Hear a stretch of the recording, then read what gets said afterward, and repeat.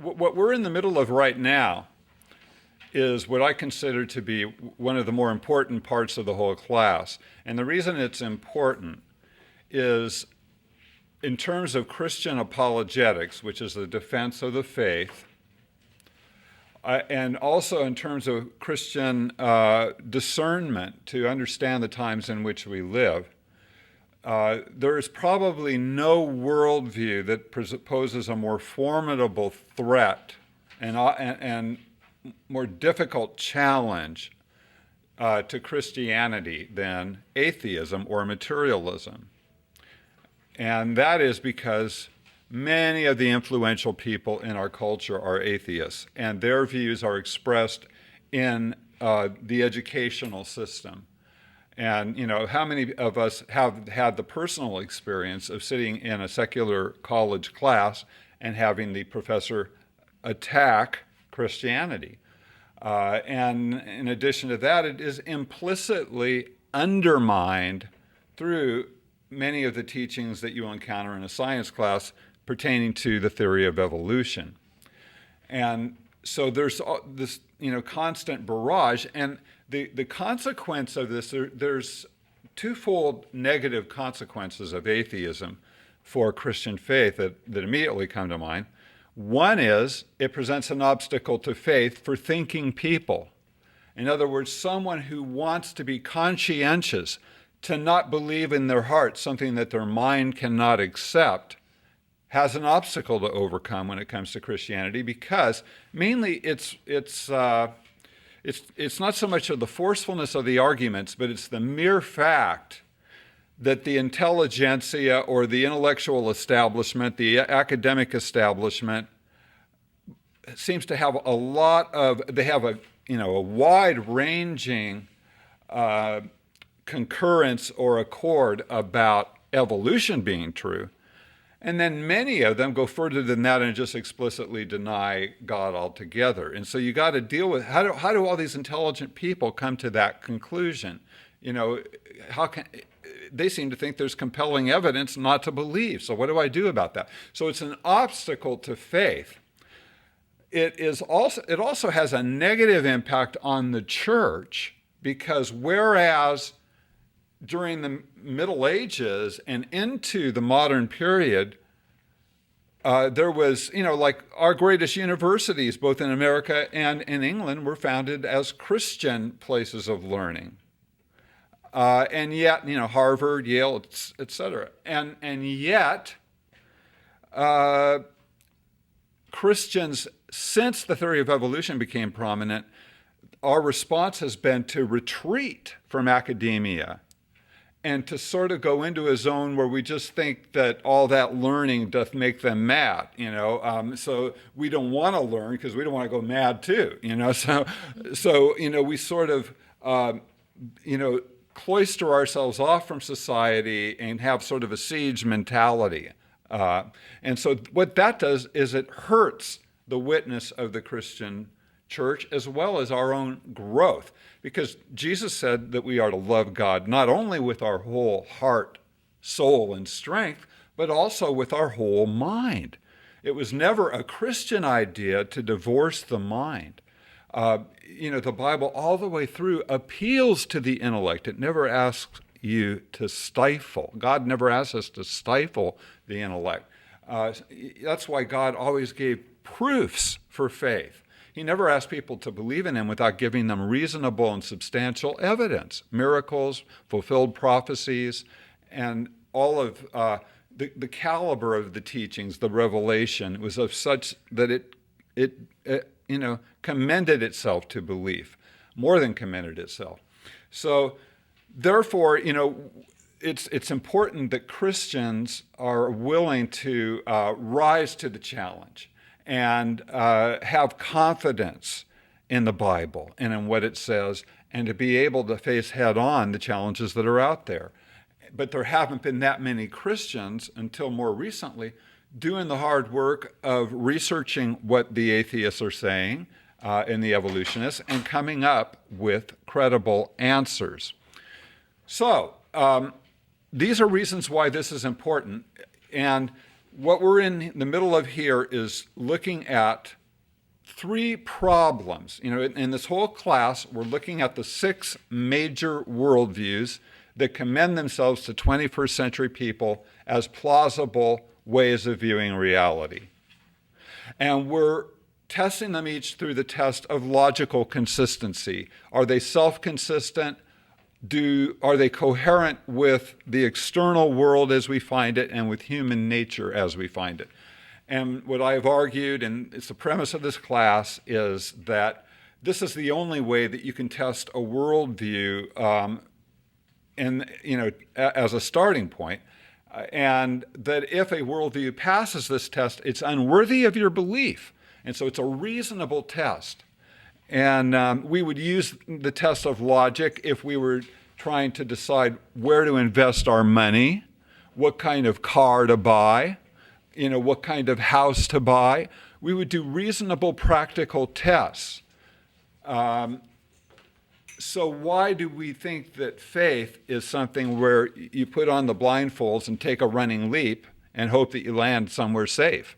That just doesn't make sense. But yet, you got what St. Francis Schaeffer called the second story kind of division between faith and reason in our Western culture, where because people think evolution did somehow disprove or remove any proof for God, therefore, yet we still have a need for God, so we've got to somehow remove faith from reason. And what that is intellectual suicide, and since we are holistic beings, intellectual suicide has a negative impact on your spiritual growth as well. We need to love God, again, as Jesus said, with our whole being, including our intellect, including our mind. So this is why, it's important to look at this. And what we're doing as we put this test on atheism is we're seeing that there are 3 inconsistencies for atheism that mean that despite all the influential and powerful people that believe in it, and all the evidence they seemingly can summon to support their belief, that it's not really worthy of belief. And so what I hope can happen for you is what has happened for me, and I'm sure it has happened for many of you, but we all need to be fortified in this. And that is simply that you can become confident, even in the face of all of the arguments of the atheists and the evolutionists against Christian faith and the Bible, that you can become confident about the basis for your faith. And for me, these 3, we go on to positive proof for the Bible that should really, really cement any confidence, not only about God in general, but about Yahweh, about the God of the Bible, about his Son, Jesus Christ, about the Holy Spirit who's come into our lives. All of these things, there's positive proof for that we're going to get into later on. But right now, we're providing evidence not from Scripture or history, but evidence from the nature of the creation itself. And last week, we looked at the first of 3 problems for atheism, and these problems correspond to 3 classic proofs for the existence of God. Okay? Last week, we looked at what's called the ontological argument, the argument from being. The fact that, answering the question, why is there something rather than nothing? And we saw basically that the nature of the universe is that it's temporal. Both the Big Bang Theory, which is the prevailing and best theory right now for the origin of the universe, as well as the even more firm and incontrovertible second law of thermodynamics, both offer irresistible proofs that the universe, and by that I mean all energy, matter, space, and time, not just certain elements in the universe, but the whole thing, is temporal. And so I then went on to argue that in and of itself, when you realize that the Big Bang Theory is talking about the whole universe, and you realize that the whole universe is temporal, and there's nothing within the universe that you can point to and say, that's what started it all, because it's all an interdependent system. You can't have one part without the rest. That proves that the universe had to have a source outside of nature, outside of itself. And so when you look at that, is it more reasonable that it's a non-living, non-conscious force of some kind, or an intelligent, living being? And I gave reasons last week why it's much more reasonable to believe that the source of it all would be alive and intelligent. So that's where we got to last week. Now, for our second of the three problems for atheism, it's the problem, as you look in your outline, of design in the universe, trying to explain the existence of design in the universe. This is known in terms of a proof for God as the teleological argument, T-E-L-E-O-L-I-G-I-C-A-L. Teleological, from the Greek word telos, meaning and or purpose. And so what this is saying is that the universe, by its very nature, evidences purpose and design. And this is a proof for God. And the Bible itself offers this as a proof for God. If you turn to Psalm 19,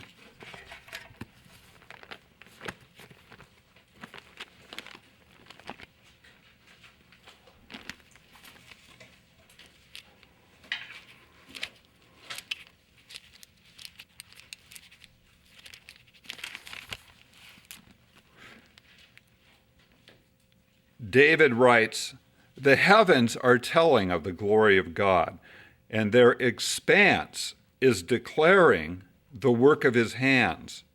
Day to day pours forth speech, and night to night reveals knowledge.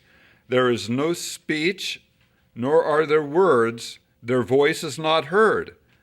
Their line has gone out through all the earth, and their utterances to the end of the world." Okay, so this is a really clear argument or statement, declaration actually, that, and as Christians we believe this is inspired by God, therefore true, that nature does declare, it is a form of revelation. It is a form, in a sense, of speech because of the inference that the creation gives to a creator, that is, understood in all languages. No one, therefore, has excuse, which is what Paul says in Romans chapter 1, that there is no excuse because the things that are made give evidence to the fact that there is a creator. So the Bible would agree, then, that this is a valid argument for the existence of God. And in some ways, it should be the most clear-cut and obvious one, but thanks to the theory of evolution, there's a lot of confusion surrounding the topic. But it can be answered. So, my first point then is just to notice that there is overwhelming evidence for design in the universe. I remember, I explained on the first Sunday that I was here giving this class, my personal testimony, and that when I heard about the theory of evolution in my 8th grade science class, it had sort of oh, yeah, I see that. Okay, it had sort of a domino effect on my religious upbringing in the Catholic Church. And I just said, if evolution is true, then the book of Genesis, the account of Adam and Eve, is false. If that's false, then the Bible is not infallible. If the Bible is not infallible, then I can't necessarily believe anything that it says, and therefore I have no basis for believing in God or Jesus or heaven or hell or judgment for the sins that, as a 13-year-old, I'm about to commit. So it was a very liberating message, the good news, the gospel of evolution. You're free, just in time. I'm 13.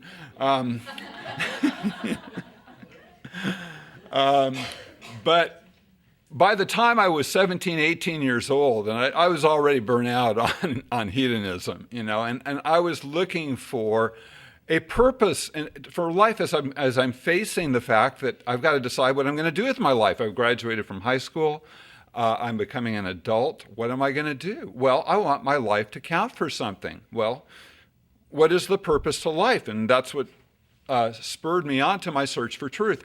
But I was really struggling with how can there be purpose if by definition, evolution in terms of Darwinian evolution, by definition, it's accidental. The universe is accidental, or life is accidental. There is no purpose. It's random chance mutation.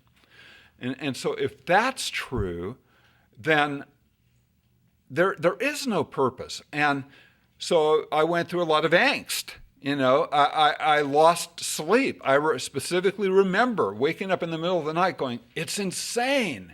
It's insane. This whole existence is insane. I need to have a purpose for being here, and ultimately there is no purpose. If it's only what we say it is, and different cultures have their own version and take, but it's all fallible and it all can be disproved, then ultimately there is no purpose. It's got to be something greater than what we make up for it. It's got to be something that is independent of us, and if there's nothing that is independent of us as far as our purpose goes, then there is no purpose. I thought all that through, and it was very troubling for my 18-year-old soul. But I remember the day that some friends and I were camping in Big Sur in California, and we were camping next to a river. We were not in an established campsite. We were backpacking. We were out in the wild. And I was just sitting there next to the Palo Colorado River in a beautiful area. And I was meditating, and I was in this situation where all of a sudden I just became aware of the environment. And there was sun streaming through the trees, through the leaves, and I could hear the sound of the water, and I could hear birds doing their thing, and insects were crawling around and flying around and doing their thing. And I just got this big picture, and all of a sudden it was like a veil was lifted, and I saw this is an intelligent plan. This is designed. And it was just undeniable. And you could say, well, yeah, but you already knew evolution. It all just happened through chance mutation and natural selection. Well, I believed in all that, but the problem with that explanation is you can only push it back so far. Ultimately, you still run up against this orderliness and purposiveness of the universe that evolution just can't account for. You can only push the design back so far with an evolutionary explanation, and you still run up to the fact that things are a certain way that allows for all this. And it just blew me away. And at that point, I was encouraged. I believed there could be an answer to my search for truth, and I committed myself to finding out who or what God or gods or goddess was, and so I made that commitment at that point, and I was encouraged. That's when my real search for truth took on an earnestness, where I really committed myself to it because I now saw that there was a purpose, that there was a plan that I was a part of. And it's like the theory of evolution had worked upon my mind to dull me or to blind me to this purpose all the way up to that time. But suddenly I was able to break through it. And it reminds me of the experience that you would have. If Karina, my wife Karina is a painter.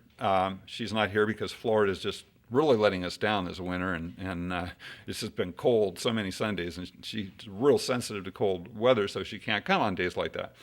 But it'll get warm, I'm sure, any day now. Hopefully when our company from Minnesota is here next weekend, and it'd be nice to have some warm weather for them. They'll be here next Sunday, by the way.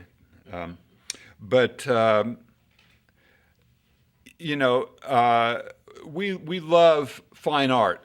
She's a painter, and you come into our home and you'll see her own work all over the house. And so we go, we've been to the Norton here, and in California we used to go to the Norton Simon Museum and the San Diego art museum and so forth, and just to view the paintings. And we're both really fond of Impressionism.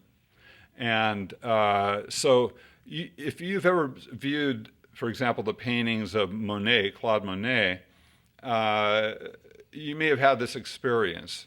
I'm nearsighted, and I'm also very detail-oriented, and so I tend to stand right on top of the painting, just analyze every bit of it, try to take in exactly what went into it, even though I'm not a painter myself, an artist myself. And so you can be looking at Monet's work, and all you see are these splotches. But if you stand back far enough, all of a sudden, voila, it's Monet's famous water lilies painting, or one of his wonderful nature scenes, or pastoral scenes. And so it's like you had to stand back far enough, and then all of a sudden, you got the picture. You saw it. And that's what I am arguing when it comes to the design that is in creation, is a natural response, but that when you just look at all the details and try to analyze it from an evolutionary viewpoint, you might not see the design. But if you just step back a bit, it's undeniable. It's an intuitive experience. It's something that you just see. It's not analytical, although you could prove design analytically, but analyzing means that you're taking things apart and looking at their constituent parts. This is more synthetical rather than analytical. It's more seeing the whole, seeing the interrelationship of the parts, and then you can see the grand design. Okay, and so there's just this undeniable design to creation, and evolutionists themselves do not deny this. Even the most adamant anti-theistic evolutionist, Dawkins, wrote a book called The Blind Watchmaker. And what he was doing was answering, by that title, he was answering a Christian apologist named Paley, who had come up with this argument that you're not, if you walk along a beach and you see a watch, intricate watch designed, or sitting there, and you look at all its parts and how they're all working together to perform a purpose, you don't say, oh, look what nature created, look what just happened. No, you immediately infer where there's design, there's a designer.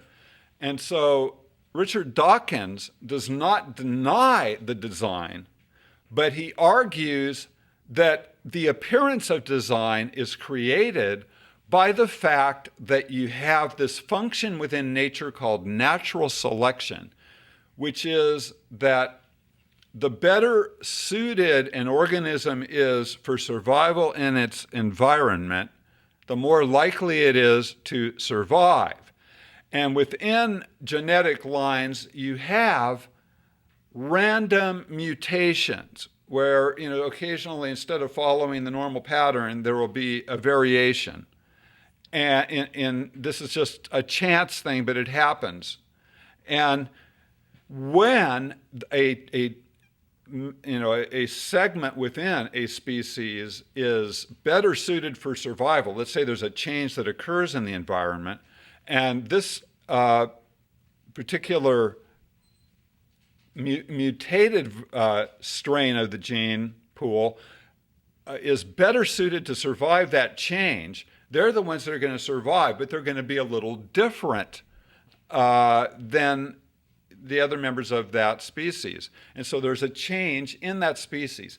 And so what Charles Darwin argued was that over an extremely vast period of time, these gradual, small, incremental changes can result in a whole new species.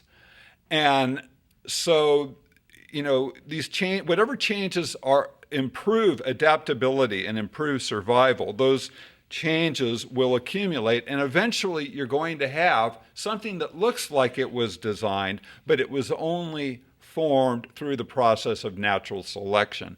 And so therefore this, if you take it back far enough, this explains everything, that all variation and seeming design or purposefulness within organisms on planet Earth can be explained this way, and it all goes back to a single-celled organism. So that's their explanation. However, I would argue that even the fact that Dawkins had to make that argument supports what I'm about to say. And that is that whereas when it comes to arguing for the Bible, we will clearly admit that the burden of proof is on us.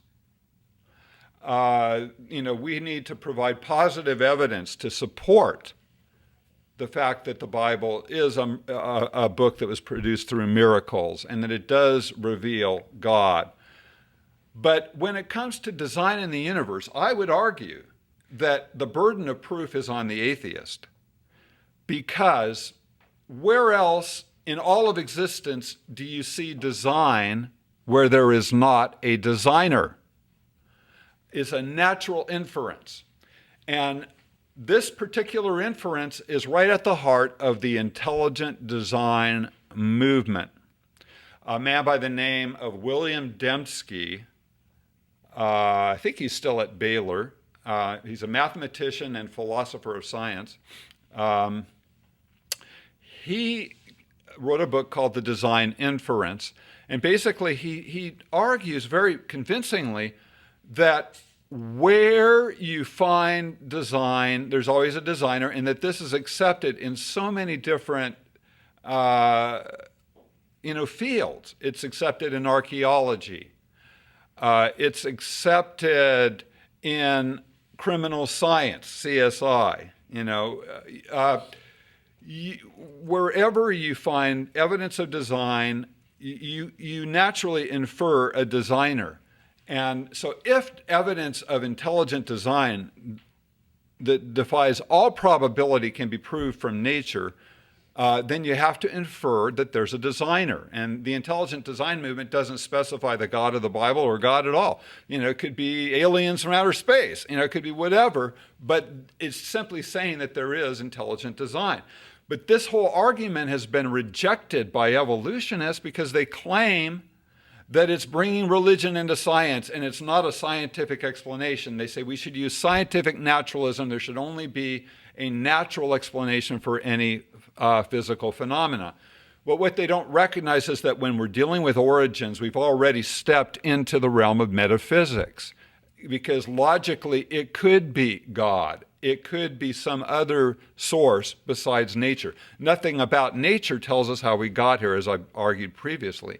And so at this point, when we're dealing with origins, you can't come up with a repeatable scientific experiment that will prove how the universe got here. You're already in another category scientifically. And I think it's legitimate to deal with origins in science, and I think it's legitimate for people to come up with hypotheses or models for evaluating nature to see if Darwinism best fits what we find. But that it should never rule out an alternative explanation. Science means knowledge. It is concerned about finding truth. You don't go for falsehood instead of truth simply because it would bring you into the supernatural explanation. And so, there should be in the classroom both intelligent design and evolution, because both of them are competing alternate models for origins: the origin of the universe, the origin of life, and the origin of species. So let's see, this is what intelligent design would predict. Let's see if the evidence fits it. This is what Darwinism, evolution would predict. Let's see if the evidence fits it. Let the best theory win. But the scientists are, they adamantly fight any opportunity for even the other side to be presented, thinking they're protecting science, when all they're really protecting is a philosophical theory called naturalism that assumes something that can't be proved by science, which is that nature got here naturally instead of supernaturally. Let's look at the evidence and see what we find. So, if we recognize all this, then we need to at this point, examine whether or not the evidence for design in the universe can be explained through evolution. And if we do, remember that the only way that they can account for design is through this theory of chance mutation and natural selection, which is Darwinism. Okay. However, it's called neo-Darwinism. However, there's a real problem with that, and that is, I mean, I could argue that the complexity of there's a lot of different arguments against evolution that we're going to get into when we're actually dealing further down in the class with problems for Christian faith. We're going to look at what are the problems. First, we're going to look at the evidence for Christian faith. Then we're going to look at the problems for Christian faith.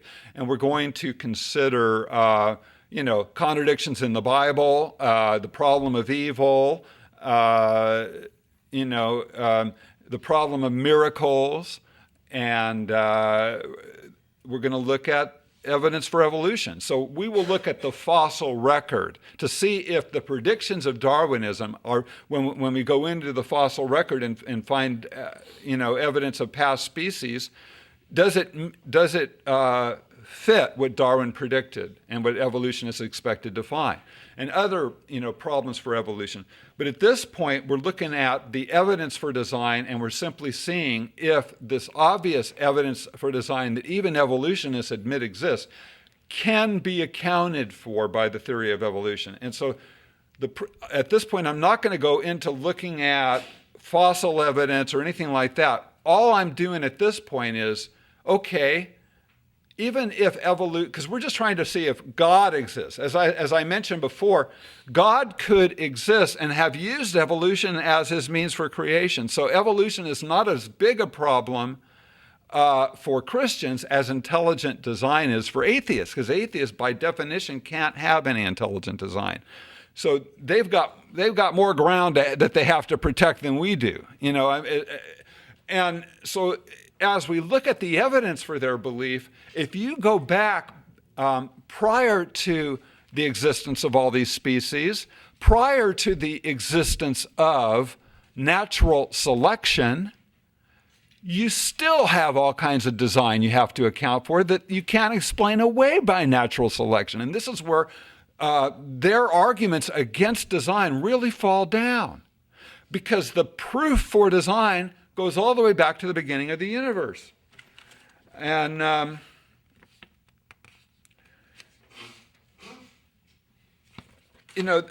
just the evidences for design are just really amazing. Now, where did I? Oh, there they are, right there. This little book, this may be the oldest book I have in my library. It accompanied a globe that I was given by my grandmother and grandfather, the Baptist grandparents I mentioned when I shared my personal testimony. It was given, I have a little note on the first page. It was dated 1960 from my grandma saying, I hope you enjoy this. Boy, she had no idea how much I would have enjoyed this. Because I was reading through this book one time, not 20, 30 years ago, and I came across just this one little declaration. This is just one example of design that defies all of the expectations of evolution and has nothing to do with natural selection. And that is, in describing our solar system and the Earth, the book says, the sun is about 400 times the size of the moon. But if this is true, why, to us on Earth, do they both appear the same size in the sky? Have you ever thought about that? Because by some coincidence or purpose, whichever it may be, the sun is also 400 times further away. So, the sun and the moon are the same size in the sky. The sun is 400 times larger than the moon, but it is also 400 times further away. So what would the odds be of that? It would be astronomical. And so it's things like this that really scream. It's like what David said, the earth declares the glory of God, and the heavens show forth his handiwork. They're screaming, creation, creation, design, design, purpose, purpose, intelligence, intelligence. Okay, now, there's, the purposefulness of the universe itself, not even talking about organic life, has really come to be recognized broadly by physicists who are doing the actual work in inorganic nature. And even such non-Christians, even leaning toward atheist philosophers as physicists as Stephen Hawking, recognize what is now commonly called the anthropic principle, or the fine-tunedness of the universe. And a science writer by the name of Paul Davies, who's a very interesting writer, and I highly recommend him. He's not a Christian, but he recognizes that the universe seems to be finely tuned for the existence of life. He has written extensively about it. And a Christian man by the name of Robin Collins, who's written for our magazine before, in a book called Argument for the Existence of God, has a chapter called The Fine-Tuning Design Argument.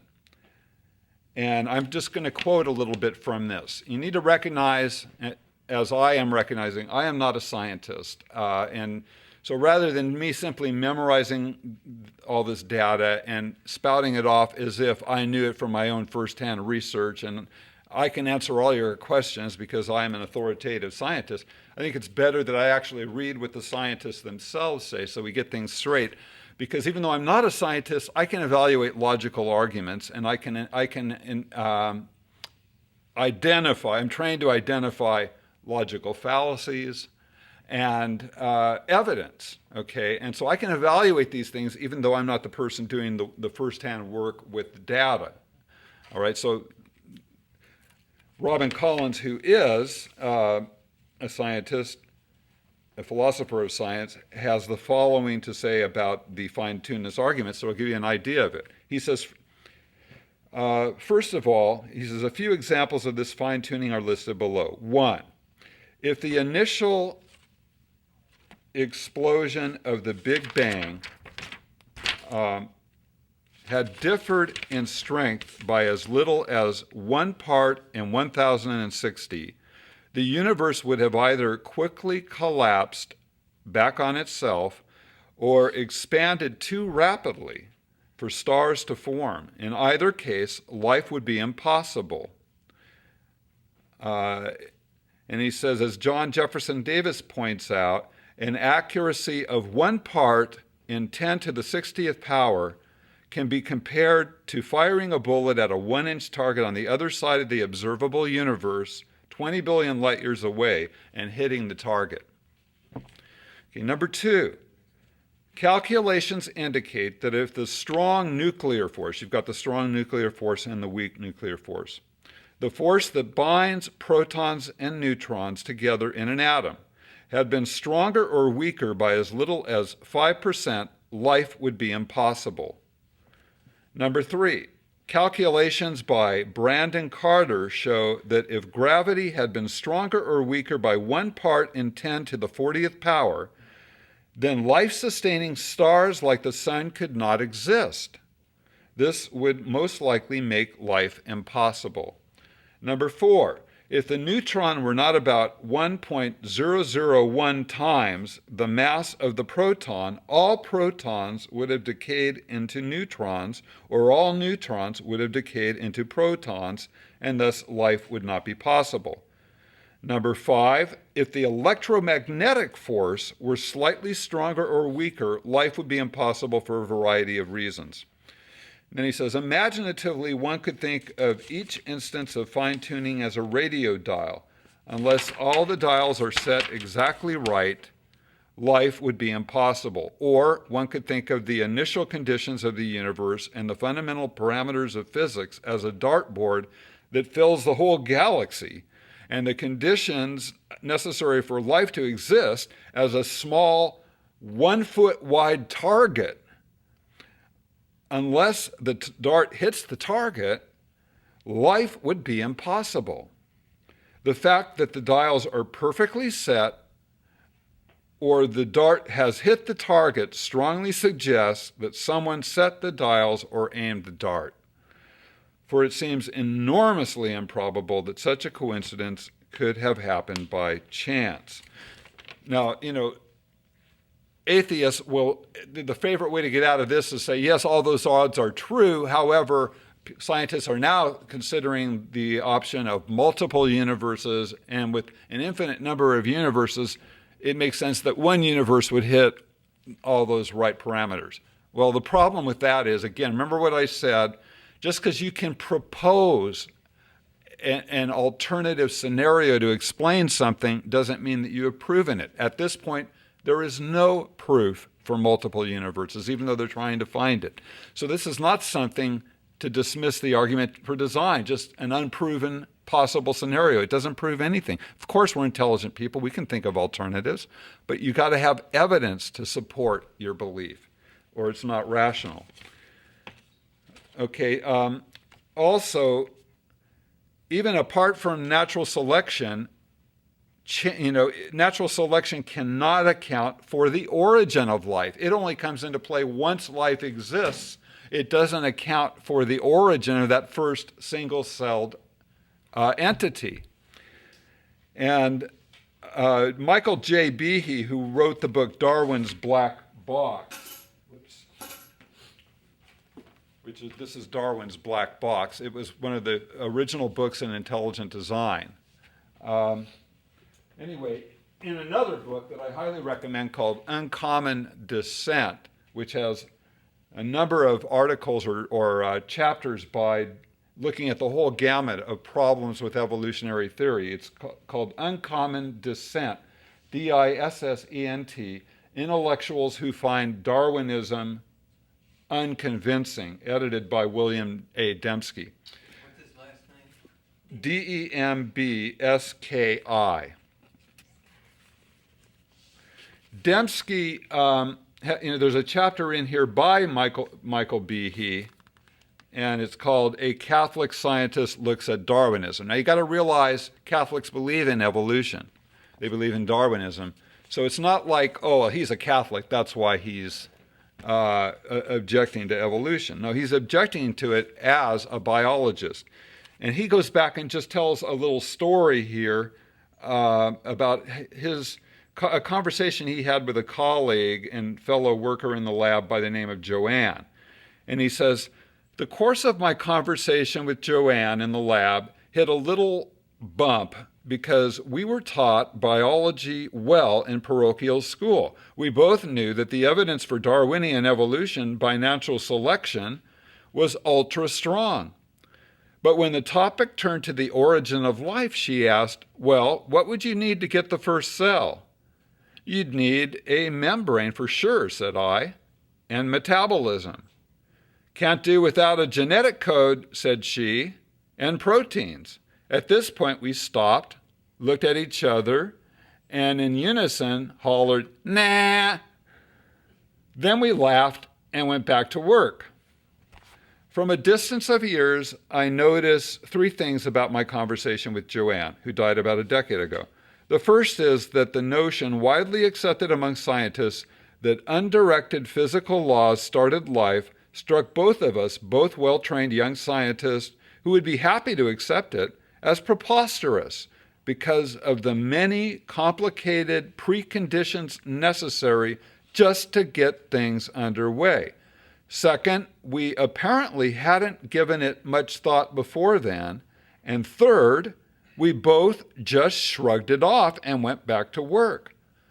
I suppose we were thinking that even if we didn't know how life started by natural processes, surely somebody must know, or that somebody would figure it out before long, or eventually, or that it wasn't important, or something.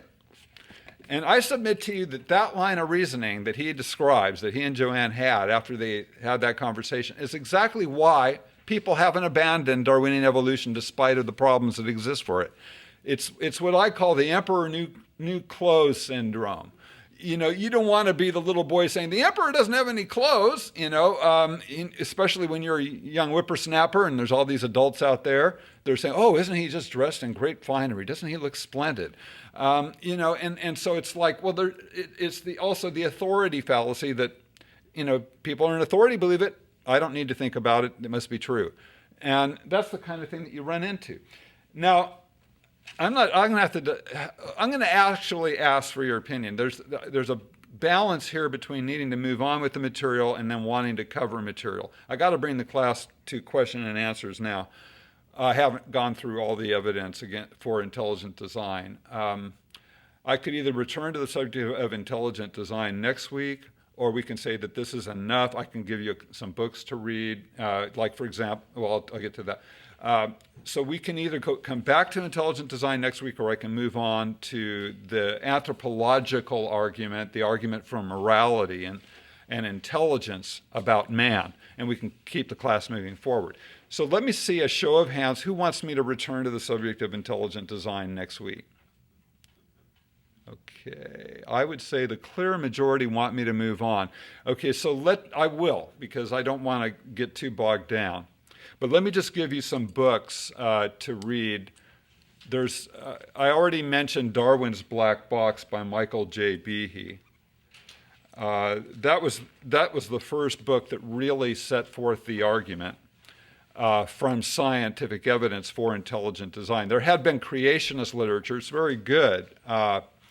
But it was rejected because of its overtly religious character by science, and didn't have a chance of winning over science because of its religious elements. But the intelligent design movement is more of a proper scientific movement. And so you have that book, which sets forth many arguments, and Behe argues for what he calls specified complexity, not specified, irreducible complexity, that there are certain things within nature that would not have had any survival value until they evolved. So how did this creature survive until it evolved these features that allow it to function? And so the gradual theory of evolution can explain that. Another book that's really important is The Design Inference by William Dembski that I mentioned, Dembski. Another important book that looks at the philosophical biases that unfairly go into the whole evolution establishment is the original kickoff book for the whole intelligent design movement, and that was written by a man by the name of Philip Johnson. And it's called Darwin on Trial. Darwin on Trial. And then the most recent book that it just arrived in the mail for me this week, which is a really good one. If you want to get just absolute, I was going to go into this, but you can get the book and read it yourself. But evidence from,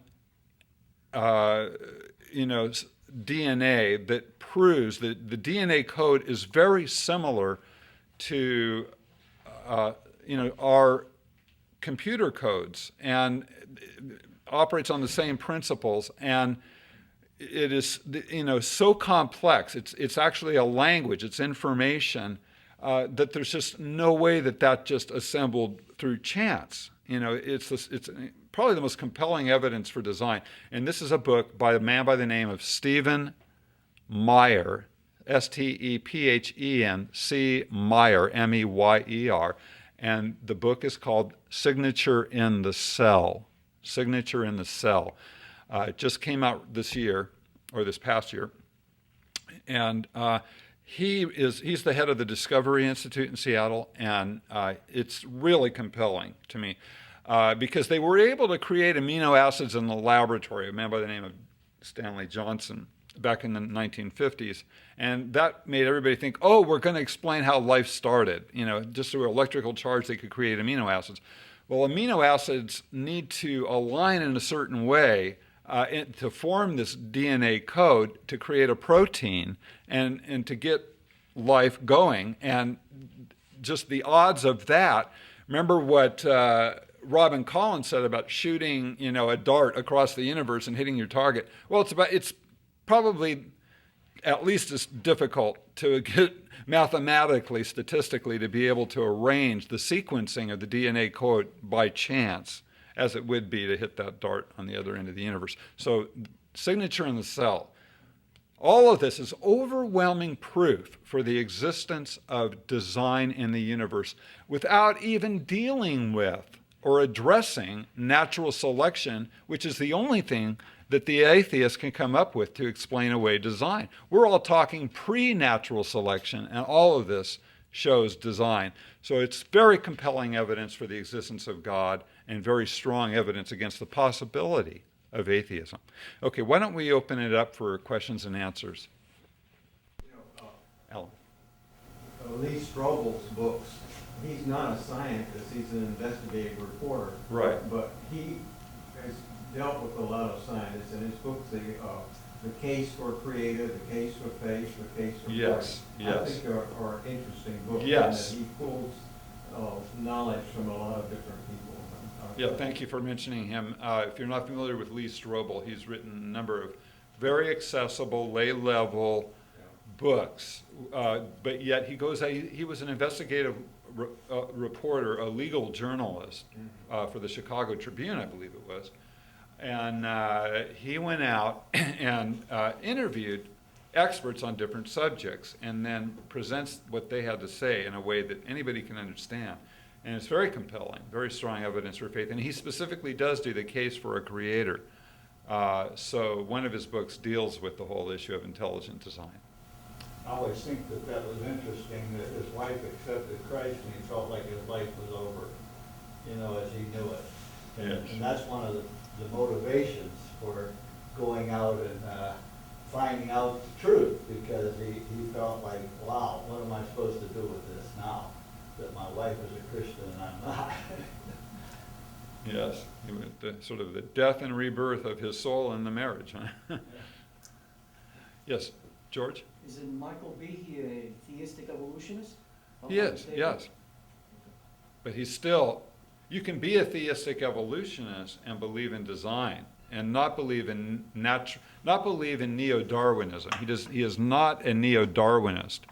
You see, the difference between the two is neo-Darwinism says there can be no design, there can be no guiding hand on the evolutionary process. It all happens through random chance and natural selection. Chance mutation, natural selection. Behe believes that explanation is inadequate. And so from our standpoint, it's all the much stronger of a case that he is a theistic evolutionist, because like even in the quote that I read from, he had a bias to accept Darwinianism. That's what the Catholic Church teaches, and yet he came to this conclusion of design. So, Ellen. What about adaptation? Yeah, adaptation, I'm going to get into this in depth when we're dealing with problems for Christianity in the form of evolutionary theory. But adaptation is something that I personally, I think is incontrovertible, that species do adapt, and you do find changes in species based on changes in their environment. It's a survival mechanism that God has placed within our genetic nature, that there is a range of adaptations, and it operates through natural selection that improves our ability to survive. But that's called microevolution. It does not explain the origin of all life from a single-celled entity. It does not contradict the Bible teaching of special creation of the various kinds by God. So you may have had, I'm not an authority on these things, but you may have had an original canine creation out of which have come all the members of the canine family, or you may have had a few different kinds of canines originally created.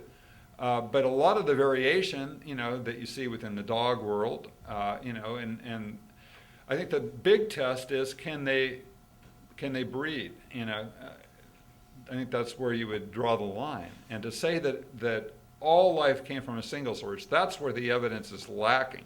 A lot of people confuse microevolution with macroevolution. You can provide evidence of microevolution, and they think that proves evolution, period. But it doesn't. The proof for all life coming from a single cell, that's a whole other problem. And that's where you're contradicting the Bible, and that's where you're arguing against God. So I guess it's time to let everybody go. So